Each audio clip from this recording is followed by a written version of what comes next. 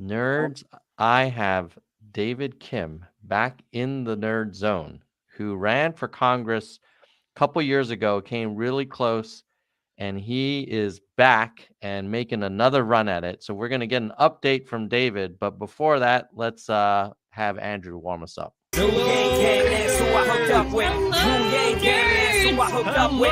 Drew Yang Gang, that's who I hooked up. Yo, there's no place to hide now that he's arrived. I'm saying he ain't playing now with this campaign. Bang, dang, it's in. Drew, come roll with the Yang Gang. Drew Yang Gang, that's who I hooked up with. Drew Yang Gang, that's who I hooked up with. Drew Yang Gang, that's who I hooked up. Yo, there's no place to hide now that he's arrived. I'm saying he ain't playing now with this campaign. Bang, dang, it's in. Drew, come roll with the Yang Gang. Hello, nerds. Hello, nerds. David Kim, welcome back, sir. Yes, thank you so much, Tom. It's been a long time since I saw you on here. I'm happy to be back and just happy to talk. Yeah, man. Well, you're looking great. I was mentioning before we went live, looks like you've got a improved laptop. So, the second campaign seems like it's going to be stronger than the first one. And I know you came really close last time. So excited to hear all about it. Maybe we could start with, for those who don't know you, maybe you could just give a quick introduction, and then we'll go into the learnings from last campaign and what you're working on now. Yeah, for sure. For those who don't know me, my name is David Kim. I am an immigration juvenile dependency attorney here in Los Angeles. I'm running for U.S. Congress in CA 34. It covers central LA, which covers downtown LA, Boyle Heights, El Sereno, East LA, Koreatown, Chinatown, Eagle Rock, Highland Park, Elysian Valley, surrounding neighborhoods. And we did run last cycle as the people-powered progressive candidate, despite being outraised 10 times by the incumbent's unlimited corporate PAC and special interest money. We won 47% of the vote. We won 96,554 votes. I remember the number, 96,554 votes. And we just lost by a couple percentage points. And so initially I myself had decided, you know what, the people have voted, they spoke, we lost, moving on. But during my work, during the past year, it made me realize even more the urgency, the desperateness, the utmost priority that we must put on the people, because I worked with a lot of clients who didn't have housing, healthcare, money, basic resources to pay for expenses. And so it just made me think, hey, like, times are even more tough. Like, we need to act like our hair's on fire, but our leaders are not doing that. And so we eventually decided to run, and we launched in December, so about 2 months ago. And so it's pretty late, to be honest, to be running again in a congressional campaign. But we just decided, hey, there's no other challenger. We came really close. Let's do it on the second time. And so for those who don't know, Representative Cori Bush won on her second time. Representative Ro Khanna won on his second time. So there's a lot of different representatives out there who identify themselves with taking big action for the people, who won on the second time. And so we're in it to win it the second time. So it's interesting in that you came so close the first time that I guess I had assumed that the second campaign was a no-brainer, but it does sound like it was something that was it wasn't a no-brainer, that you had to think about it, and as you mentioned, came in a little bit later in the season. Tell us a little bit more about that thought process. Yeah, I mean, I think that's a good point that you brought up, Tom, and I love how you do share perspectives that aren't commonly talked about. And the one specifically being where you just said that's a no-brainer to run again. Definitely, I guess I could see how that is on the outside for sure. But on the inside, after seeing how the incumbent just suddenly, the last 3 months, get off his feet, engage in dirty politics, and the establishment going all out that they could. When we lost, I just thought, if we were ever to run again, they would make sure that we wouldn't even go through halfway through general cycle, because if this is what they're showing in the last 3 months of this election cycle, then I can't even imagine what that would be like. And so that was actually one of the big impediments from keeping us deciding from the instant that we were going to run again, because of all the pushback. Like, I'm talking like Tom, where his yard signs were stapled directly over ours. So if you were to unstaple it, Mm. our signs right there. I'm talking like hundreds of our yard signs being ripped up in half and thrown on the street, Mm. in strategic areas. And so it's just, after seeing all that, it was like, oh my gosh, I can't imagine what would happen this cycle. And so we've already started seeing it. So in California, we have a Democratic Party that automatically endorses all incumbents. And so, in order to break that auto endorsement, a challenger or anybody needs to gather signatures of 20% of qualifying delegates, which we were able to successfully do. But we had to jump through hoops with that, Tom, because in California, incumbents are allowed to appoint delegates themselves, close family and friends. But there's no way of knowing how many are being appointed and what percentage of the delegates they make up. And so we saw in the past few weeks the California Democratic Party moving delegates around from other districts and packing them onto our list to raise our 20% threshold higher.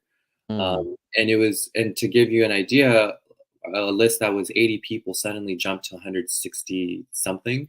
Mm. And that's to get us to not be able to obtain that. And so I think that's the first thing. And that's why it wasn't a no-brainer for us, because we knew that we would be going up against a lot of opposition. The number two thing is what I think it's also in the sense of knowing what would happen with redistricting and how that would end up and how that would play into, if we were to run again, what would the numbers look like? What would the real possibilities and probabilities look like? And then I think thirdly, one of the reasons that you do run for office is to push the incumbent to align with whatever you're fighting for and aligning for. And Mhm. ever since we did run, we've seen the incumbent move a bit more progressive, but I think it's just only a small percentage of the real change that we need to do, and see our leaders fight for. And so those were kind of the three factors that we had in mind, in terms of deciding whether or not to run or not.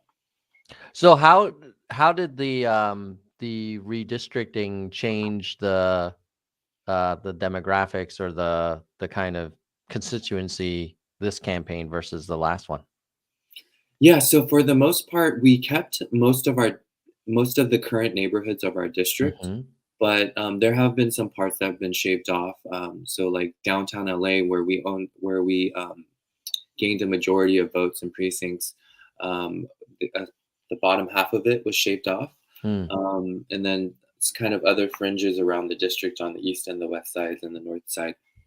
But in terms of significant additions, we have the addition of this area called Elysian Valley, which is originally an Adam Schiff's district, and it's along the Mhm. I-5, and it's always been neglected. So great to have them in. And then we also have East LA. So East LA is a very ethnic Latin community of different ethnicities and nationalities, and so that's a part of the district that the incumbent has to go introduce himself to, that we have to introduce ourselves to. And so we hope to definitely do that through in-person town hall meetings and canvassing and other direct outreach methods. And what are the issues now in 2022 that are top of mind for these constituents? And how does it compare to 2020? Is it similar things, or do you feel like people are more fired up about new sets of topics, or is the ordering changed a little bit? Good question. So initially, the reason why I ran, Tom, was because it just became way too apparent that this 2 to 4 job daily grind and hustle was something being experienced by a majority of people here and not just myself. And realizing, hey, like, it doesn't make sense that we're in LA, like, and you think glitz and glamour, but when you come here, it's really not the case. It's the opposite, where you have the most number of children living in one household unit in this district because the rent is too damn high, but our pay has not increased. The cost of living's increased over 30% during the past decade, but wages haven't. And so those were pertinent issues in the first time that we ran. But now with the second time, I think those issues are still there, and it's just worse. It's just completely it's just worse, Tom. I think just with the financial distress component, with when you think about it, and this is a conversation that a lot of people have here of like just within circles of, hey, I don't know if I'm gonna have kids. Like I don't know if the standard of living will be great for those who we leave behind. Like I don't know, like for me to struggle and worry about finding the next second or third job that I need to do, for me to struggle and worry about not getting medication and the medical help that I need, and resorting to less safe alternatives, and the list goes on. But it just doesn't make sense when you have people making in their 20Ks here, but then in 20K thousand incomes, but then not be able to pay for rent and not be able to do that. And so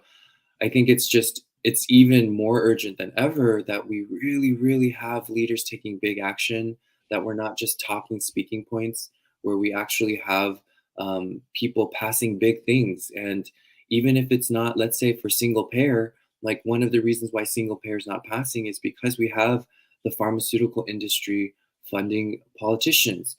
But there are other ways we can start addressing these needs. For example, why are we always bundling bills? Why aren't we singly legislating as well? Why don't we have immediate things like mental health care, where you have a monthly health pass that anybody can use, not tied to a specific insurance provider, but to any medical provider of your choice? Why aren't we having these things? And I think it's just more about priority, breaking away from tradition, breaking away from party politics. And so I believe one of the things we really need to push for, Tom, is really pushing for non-career politicians running for office, because that's how we get a more representative government. And that's how we get a government that is not legislating based on tradition and party rules like what we have now for the past several decades. What do you think you learned from the first campaign that you're applying this time around? For the first part of the campaign, we're definitely talking about, we're definitely going to be doing everything that did work in terms of constituent office hours where constituents can sign up, conversational texting in terms of what are the issues that are important for you, engaging in different other community service and action-based events and responses. But I think what we also need to do on top of that is actually going out even more. And I know that we were a campaign that had to campaign during a pandemic, had to campaign during a quarantine, had to campaign where we didn't have a single in-person event. And so now that, I mean, it's not to say that conditions are so much better, but now with mass restrictions lifting here in California soon, we will be going out into the community more. We will be door knocking more. We also have, we will be having a tour of town hall neighborhood meetings, where we'll be going to every different neighborhood of the district, and we'll have in-person meeting options, whether it be a Thursday night or a Sunday afternoon, depending on constituent schedules, for them to attend, see what's up. If they can't attend in person, tune in through Zoom. Having more of our resources and information about the campaign available in different languages because of the different ethnic communities that we have.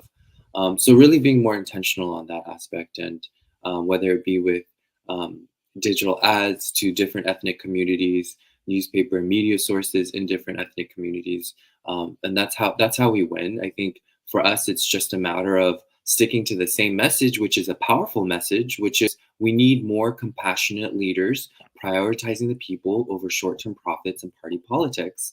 And that means electing people that are non-career politicians. And I think for us to really get that message out that my parents didn't immigrate here for me and my brother to have almost $1 million in student debt. They didn't immigrate here to have, my dad had a stroke several years ago, and now he's paraplegic.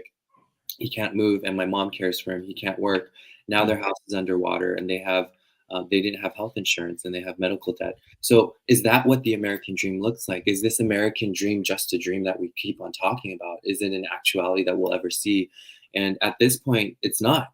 And so I think it really comes to us, like our generation, because we're the ones who will be continuing to live here in the future. Like, what kind of future are we creating for our generation, for the generation after us? And it's like back in the days, you would hear, oh yeah, people buying homes, but for our generation, buying homes is not even an option right now.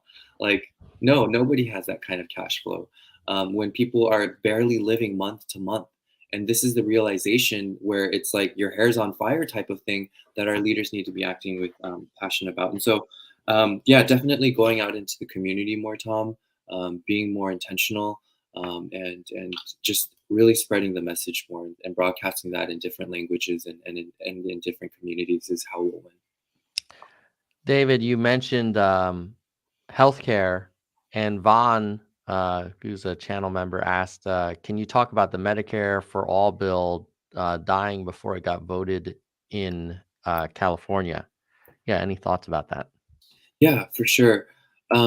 With with AB 1400, what was super upsetting is, I mean, we do have progressive, corporate free state assembly members in our legislature, but there's not a lot of them.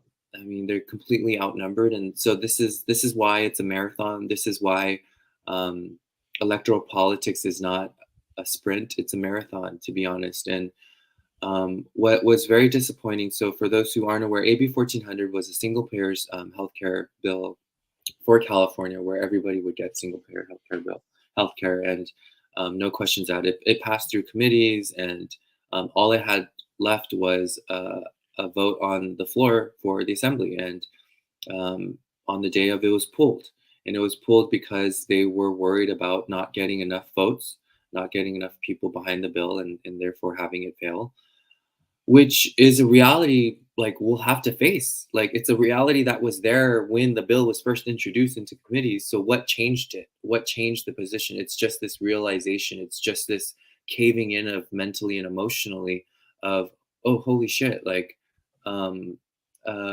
maybe we don't want to do this because we're getting so much pressure from these corporate backed incumbents, from the establishment of, hey, if we do this, we're really making it look bad for our party and our other colleagues. Do we really want to do this? Like, do we want to be on their bad side, quote unquote, in the future because we put out this bill? And like, that's just one stream of consciousness from that whole ordeal. And so it's not to say that they were in an easy position and could have done this easily, but being an elected representative, being an elected leader puts you in those awkward and uncomfortable situations. And you need to know that that's one of your calls, that's one of your responsibilities as a rep. And so when you're introducing this bill into committees and whatnot, you should already be thinking there's going to be no support because of all the corporate incumbents. That should already be in your mind. So why change your strategy on the day of the bill being voted, no matter what excuses or concerns or things, legitimate ones you might have? Like, it's not, and I'm not delegitimizing that, but those were concerns that were always there. So what's changed it? And I think this is the type of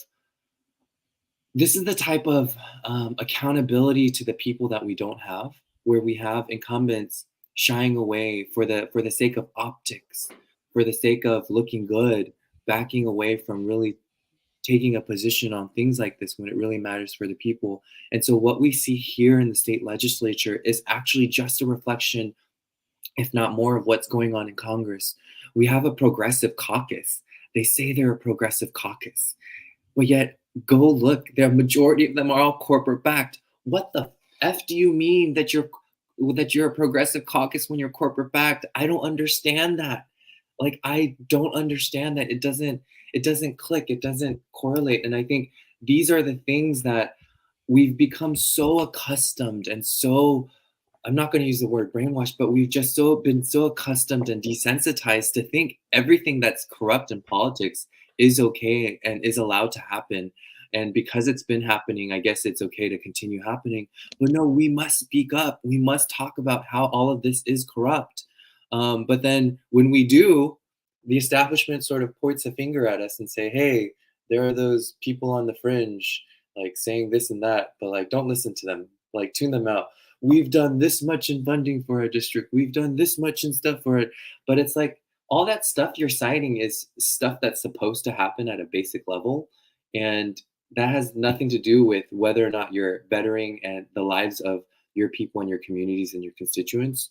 And so in any case, going back to the AB 1400 situation, it's just really a reflection of how we really need to hold our people, our leaders accountable, where even though they might say they co-sponsor Medicare for all, like the incumbent I'm running against, do we have Medicare for all? No, because of, again, big farm money. So for AB 1400, it's the same situation. We don't have it because of big farm money. And unless we take corporate money out of politics, we won't really see big change. So that's my 2 cents on there. I know it's a big 2 cents, but No, it's a complicated topic. I mean, one yeah. thing I'm curious about is you've mentioned a couple times there's a lot of congressional representatives that are funded largely or significantly by corporate money, and even people who represent themselves as progressives do that. And I'm wondering if they were here, some of them would argue, hey, I need to get that money to actually win in my races. And like, that's just how the game is played. So I can't turn away this money, but I will, of course, vote my conscience. How would you, because it seems like you have a more bit of a purist approach, which is like, no, you don't take, it's kind of fruit from the poison tree kind of thing. How do you feel about that? I mean, because it does, as you know, take a lot of resources to run a congressional campaign, and maybe the ends justify the means, I guess, would be one argument. Yeah, no, that's a great point. I'm glad you brought that up, Tom. I think there are different ways to look at that. I'm just wondering how I should start approaching this one first. One, I guess, on the purist comment, it's from my standpoint, it's just not that at all. When you're taking money from pharmaceutical companies that are blocking other more effective and cheaper drugs from being imported, when those could save lives, like what are you enabling? You're enabling a harsh capitalist country where people that don't have resources will continue to get squeezed out and not have access to resources. When you're taking money from military industrial complex and you're continuing to vote for the Iron Dome bill and military defense budget increasing, like there's connections there. And so there's connections in all of those ways. And these PACs that are funding these politicians, they're not just political action committees made of employees. They're actually made up of employees that are supervised and funded by the companies that are backing them. So whether it be with Lockheed, whether it be with Blue Cross, whether it be with Pfizer, all of these PACs are company funded and company supervised and operated to get what they need in terms of actual bills and legislation that relate to them. So that's one level of the effect and influence of that. And we have a practical reflection of AB 1400 failing. So I don't understand the purist, I guess, argument when you see 1400 not passing. And so that's just kind of on that one level. The second level is, let's say until the time Citizens United is overturned, then what can we do, David, until then? Like there's real no practicality. Like, how do we really combat it? And like, and what does it, and to the point that you had shared, Tom, about incumbents kind of having the thought of, hey, like I'm needed to just be reelected and I'll continue legislating responsibly for the people. that would, I mean, I guess I could kind of let it fly if it were like, I don't know, if it were like a powerful representative like Ilhan Omar or or Ro Khanna saying that, and like the more effective ones. But when you have when you have a lame duck seat warmer incumbent like ours saying, "Hey, I just need the money to be reelected and then I'll responsibly legislate." No, then go look at his track record. He never leads on any issue unless a majority of the progressive caucus stands for it first. So last cycle, he was against cancellation of student debt, period. He was against it, period. Like when you asked him on town halls, he would say, yeah, I mean, student debt is an important issue, but no, I think just canceling it is irresponsible and like we must come up with better ways. But now that the progressive caucus is fully behind it, now he's saying, oh, now I force student debt cancellation. And so in these different ways, if he were an effective politician leading on issues and actually caring, we have a politician who was almost beat by a no-name challenger like myself, who was almost beat at an election. So if you're in a district where over 40,000 people are experiencing houselessness, you should better back something and co-sponsor a comprehensive bill like the Homes Guarantee. In this cycle, it's the Affordable Homes Act, I think. But if you look at his track record in Congress right now, there's 11 major comprehensive housing legislation from Green New Deal public housing to others with social housing units. He has not co-sponsored a single bill.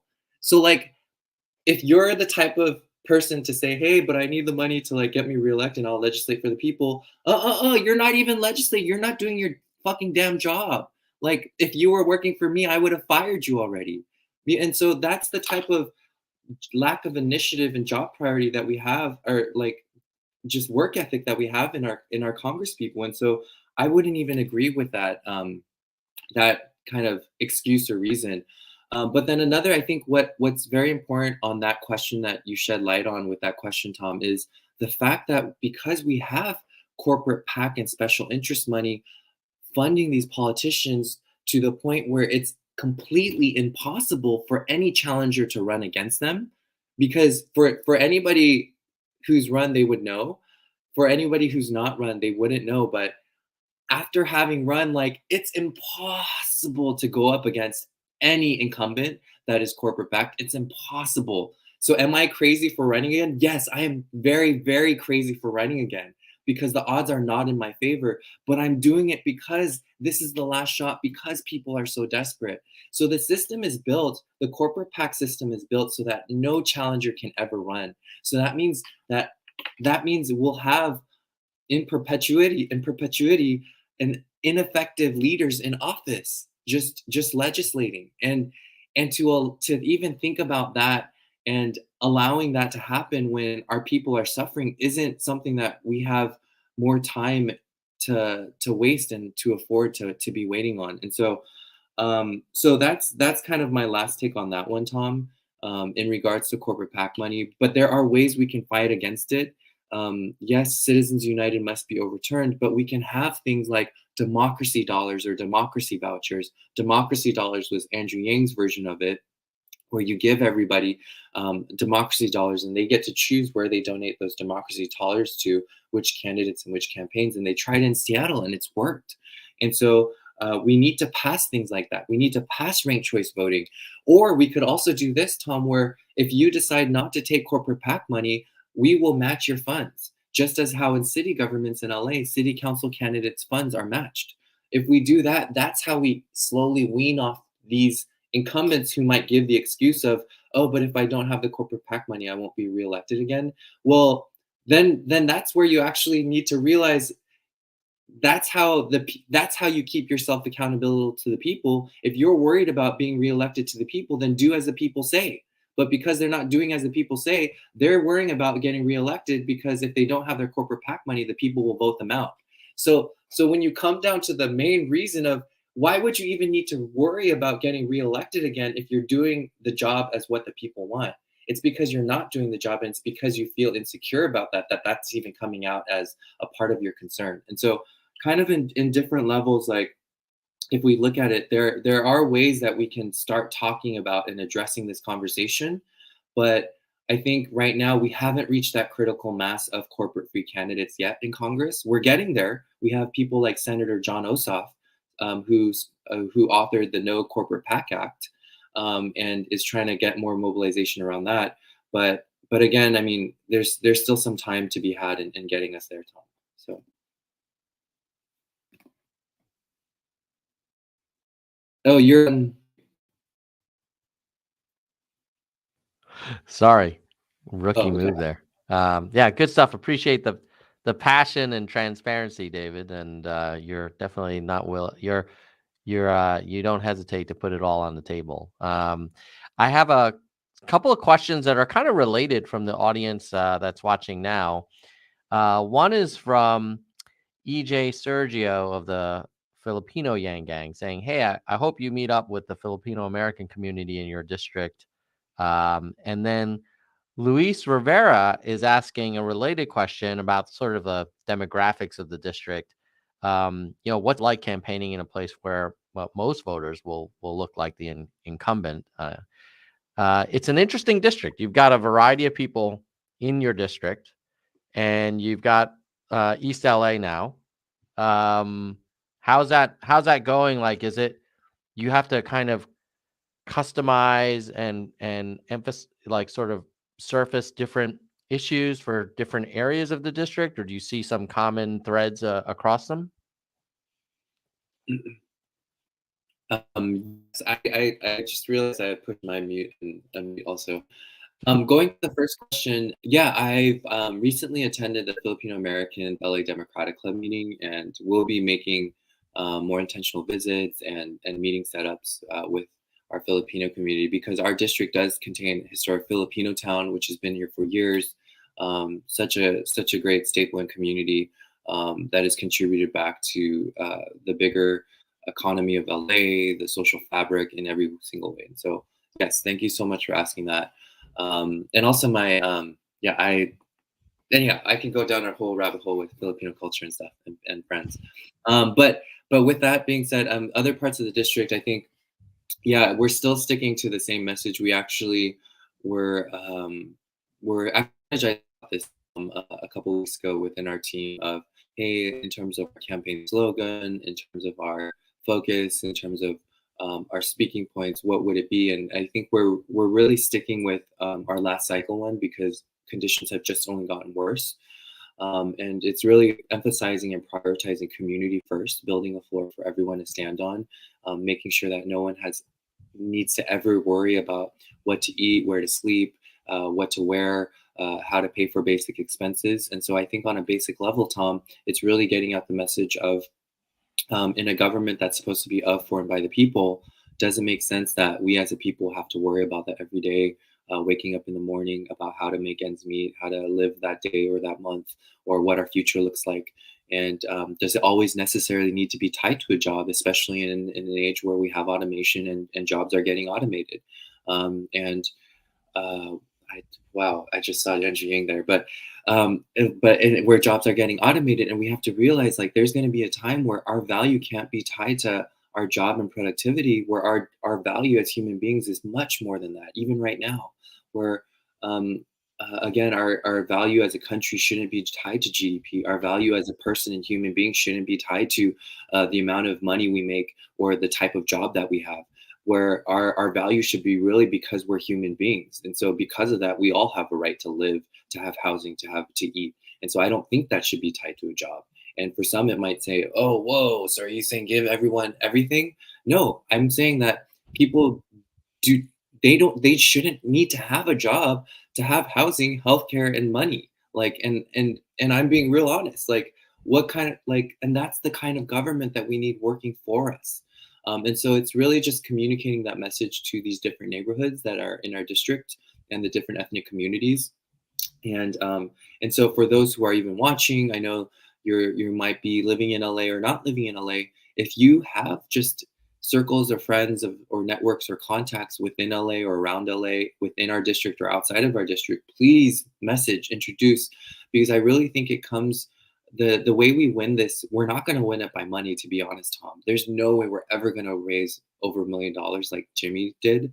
but we're gonna win through broadcasting our message. Obviously not through corporate media, but broadcasting our message through our social networks, through our own personal contacts, through our own relational organizing. And so one of the things I'm noticing for real, Tom, is last cycle, even though it was the pandemic, people were still hopeful. People were still had this hope, this inkling for change. And so they were still able to donate more.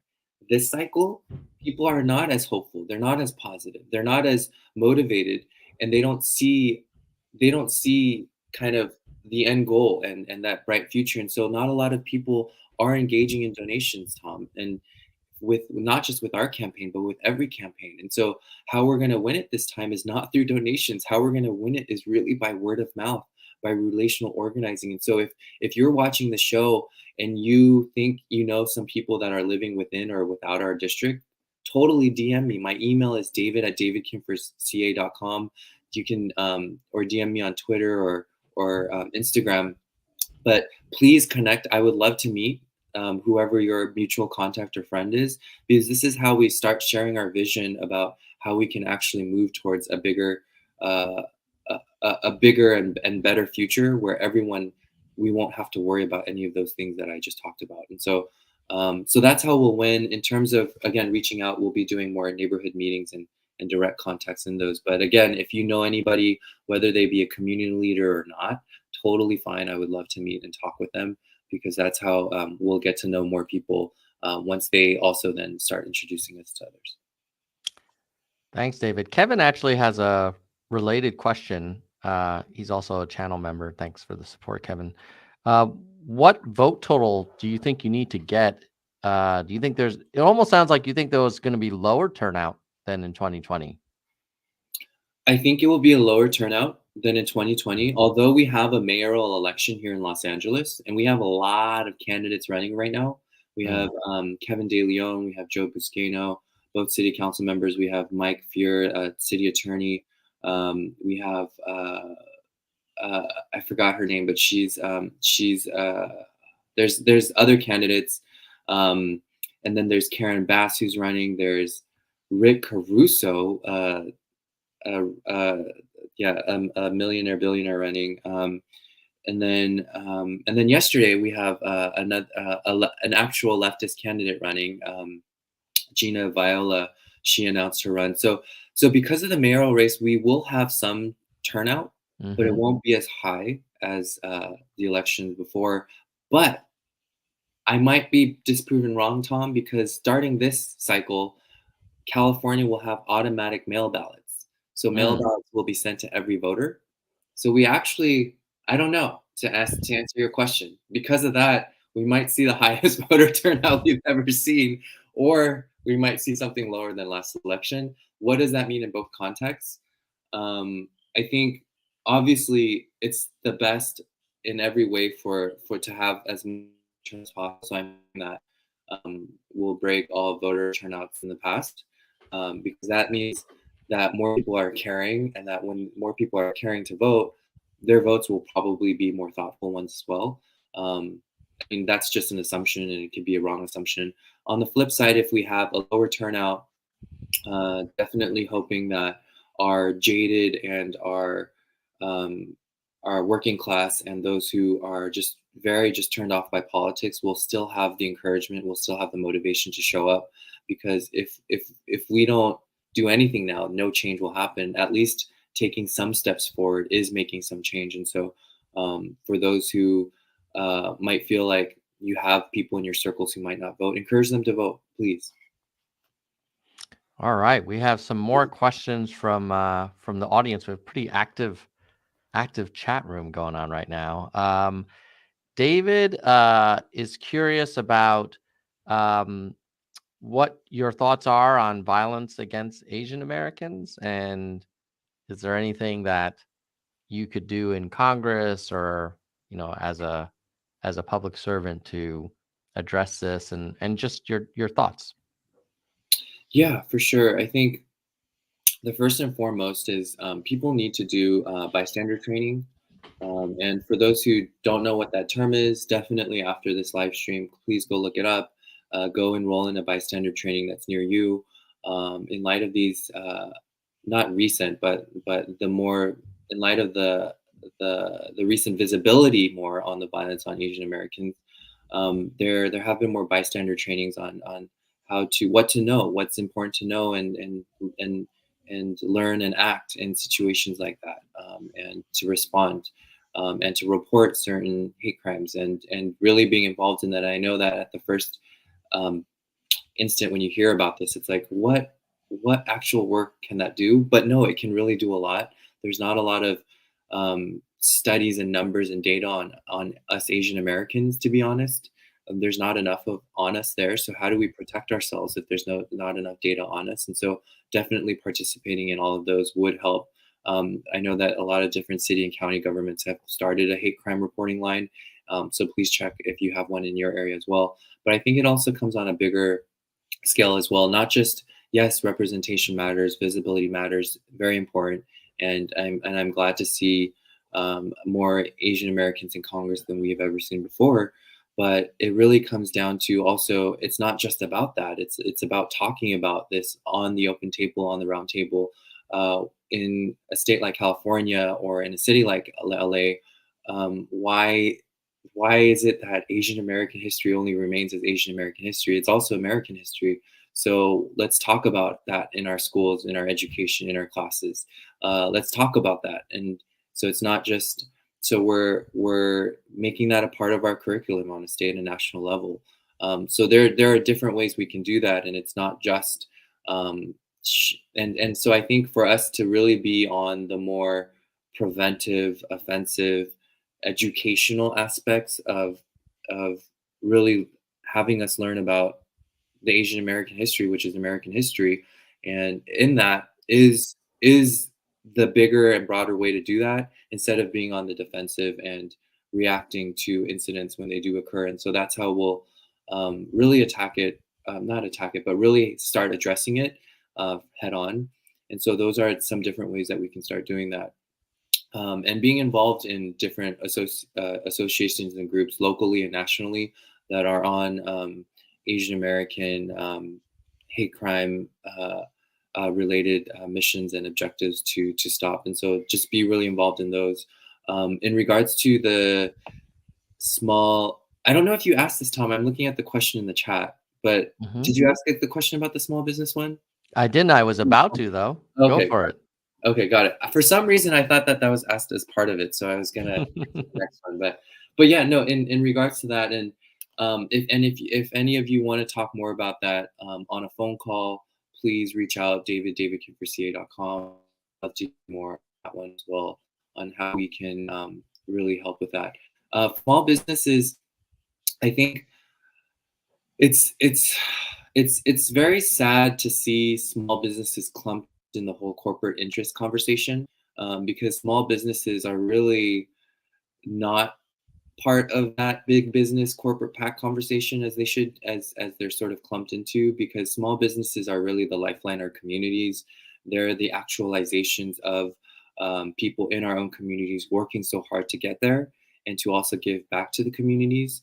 And so I think small businesses are really shut out completely in terms of that recognition of, because there's a lot of small businesses that are giving back to the community, but because of the pandemic now, a lot of them have closed and they're no longer able to give back. And so one of the things that we can really do is for single payer, if we had single payer, oh my gosh, imagine insurance being taken off, all of these different kind of obligations and responsibilities on the employer being taken off from the small businesses.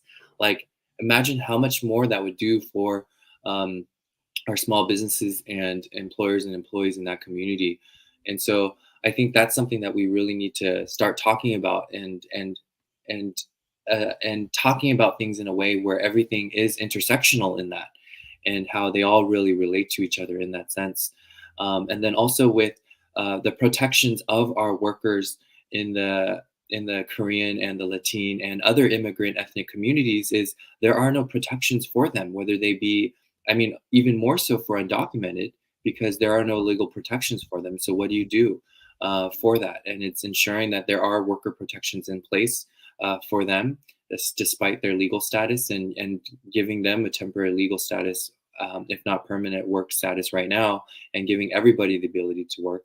And there are quick immigration single fix changes that we can do that no representative in Congress is talking about to enable that work permit status for that. But then also just for the working conditions as well. Like, I know that a lot of people, they get into the conversation about, hey, like raise.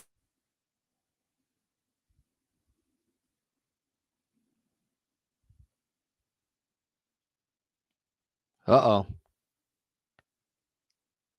I have a feeling David's That. internet. Oh, is it my internet? Yeah, we you broke up a little bit there. Oh, Uh, okay. but you were saying, hey, there's things that can be done to help with work status that no one in Congress is talking about. Right, right. Hmm. Yeah, so for work status for workers in the small businesses for the Korean, Latin, and ethnic immigrant communities, but then also with the employers themselves, there's not enough.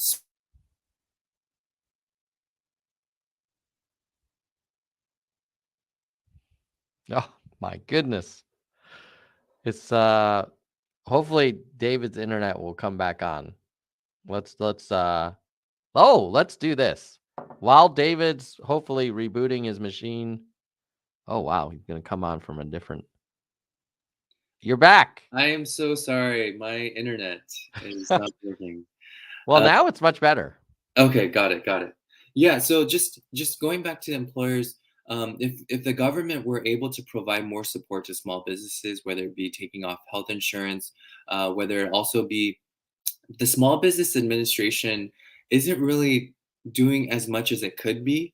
I mean, a lot of people have heard about it due to PPP loans and EDIL loans and whatnot. But what would it look like if we had every small business have a small business SBA counselor who was working with them both, kind of on a local and federal level with that? Then we would have more resources that could be tapped into for these small businesses. And so, given somebody who was a past small business owner, I'm all too familiar with all of the different issues that small businesses go through, and that's why we also need more small businesses, kind of people that have that experience, going into office as well. And and yeah, and we should really be, a Congress that really focuses on conversations for small businesses because they make up the lifeline of our community. And so, yeah, those are just kind of some ways that we can really start making some change there, Tom. One, I know we're at time, but I just want to ask you one last question, David, and then also give you some time for some closing remarks or call outs to anything else that we didn't touch on. But I definitely got the sense that it was a tough campaign for you personally, that it was took a lot out of you. And running again was not an easy call, and you're kind of jumping back into the fray knowing that there's a lot of headwinds that you're going to run into. And I'm just curious, like, what would you share with folks out there who maybe are thinking of running for Congress, or they are running for Congress in their first campaign? Like, what advice would you give them?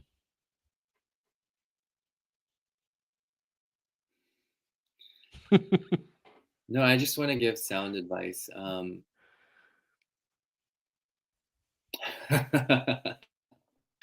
still think I'm crazy for running again. I'm just, and for those who are hearing that first time or second time, what that means, I don't even know how to explain what that means. I guess all I can say is it's tough. It's tough to run a campaign.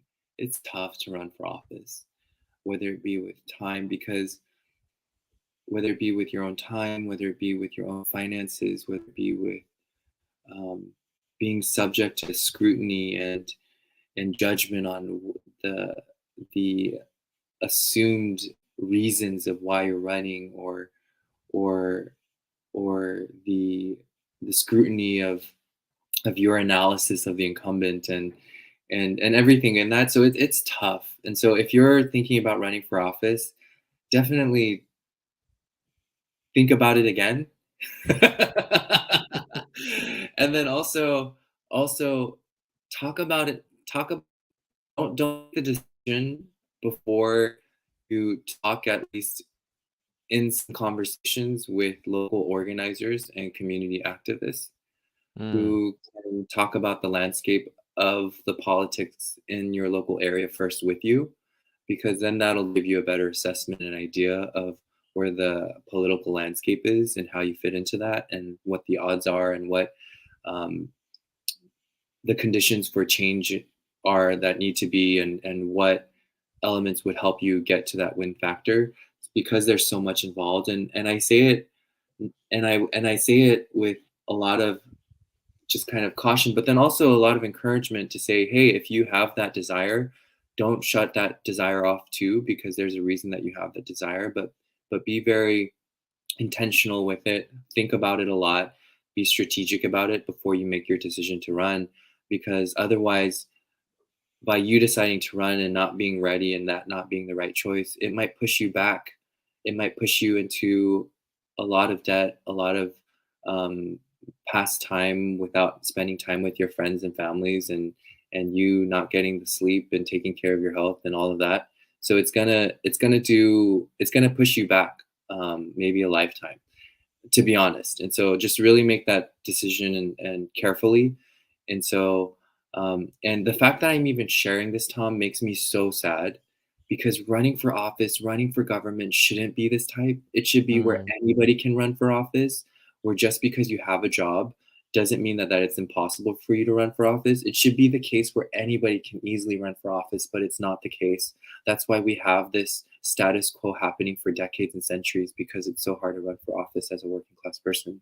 So yeah, so I guess that's what I would just say is great power to you, but think about it before you make your decision.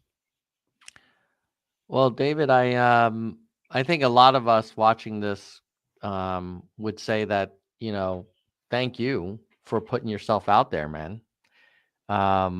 You could easily um, pursue other paths that would be much more comfortable for yourself, and and to do it twice takes a lot of commitment and heart. And even if well, hopefully, I think, let's hope that that you win. But even in the case where you don't, I think you are making an impact on people, and your voice is being heard, and you are highlighting topics that aren't being talked about enough, and you're probably nudging even the incumbent, a little bit more than otherwise. So, thank you for putting yourself out there. And, as David Cascadian says, you know, uh, it's inspiring to watch what you do. And I hope, it's we've interviewed a lot of candidates on this channel who were much longer shots. So hopefully you this time will be the second time will be a charm for you. But tell me a little bit about any closing remarks or things that you would like people watching this now live or on replay to do if they want to help you out. Yes, we do. We need volunteers. If you're if you're living in LA, amazing. If you're not living in LA, amazing still. We still need help for remote volunteers. So if you go to davidkimforca.com, you can click on the volunteer button. Um, and then my campaign director and I will reach out to you, and set something up, get to know you, see what you're passionate about, whether it be with social media, policy, copywriting, graphic design, what have you. Again, we're not going to win this campaign with money. We're going to win it with people power. So with volunteer support, if you know people that live in the district or outside of the district, or you have no idea if they live in or outside the district, that's fine. Just send them over to us. Email me, david@davidkimforca.com. I'd love to meet them, get them plugged in, share what we're fighting for, share the vision that, hey, we can create a world where it works for us, where we don't have to worry about whether or not we'll have the right and ability to live, even if we don't have a job. And I think that's the world that we need to get to and start talking about. So yes, please support us and volunteer and spread the word. All right. Well, with that, we'll say goodbye, nerds. Goodbye, nerds. Thanks, David. We'll see you Thank you next so time, much. buddy. See you next Bye. time. Thank you so much. All right, nerds. I want to first reflect on our conversation with David. Like, the guy has a lot of heart.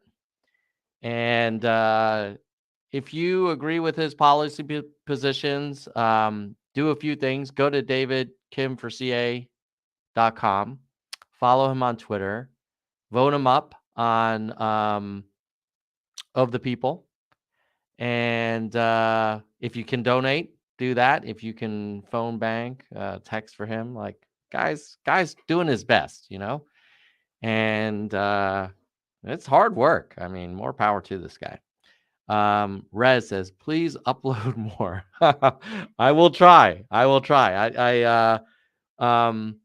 tell you what, if we can get to, I think we're at like 17,000 subs. If we got to 20,000, I probably would increase the schedule, but I also want to be realistic that the audience for the Nerd Show is loyal and very fired up, but we're still on the smaller side, so I want to make sure it kind of matches the demand, and also I'm trying to get more guests. So, oh, by the way, if you see Andrew Yang tweeting on Twitter, hit him up and say, hey, when are you coming back on the Nerd Show?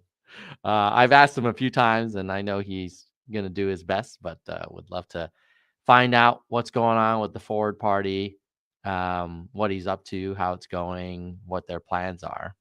And the other thing I want to do is thank some of the people who make this channel possible, who are our members. So even though we don't have the biggest audience, we are able to defray a lot of our costs for streaming and hosting the podcast and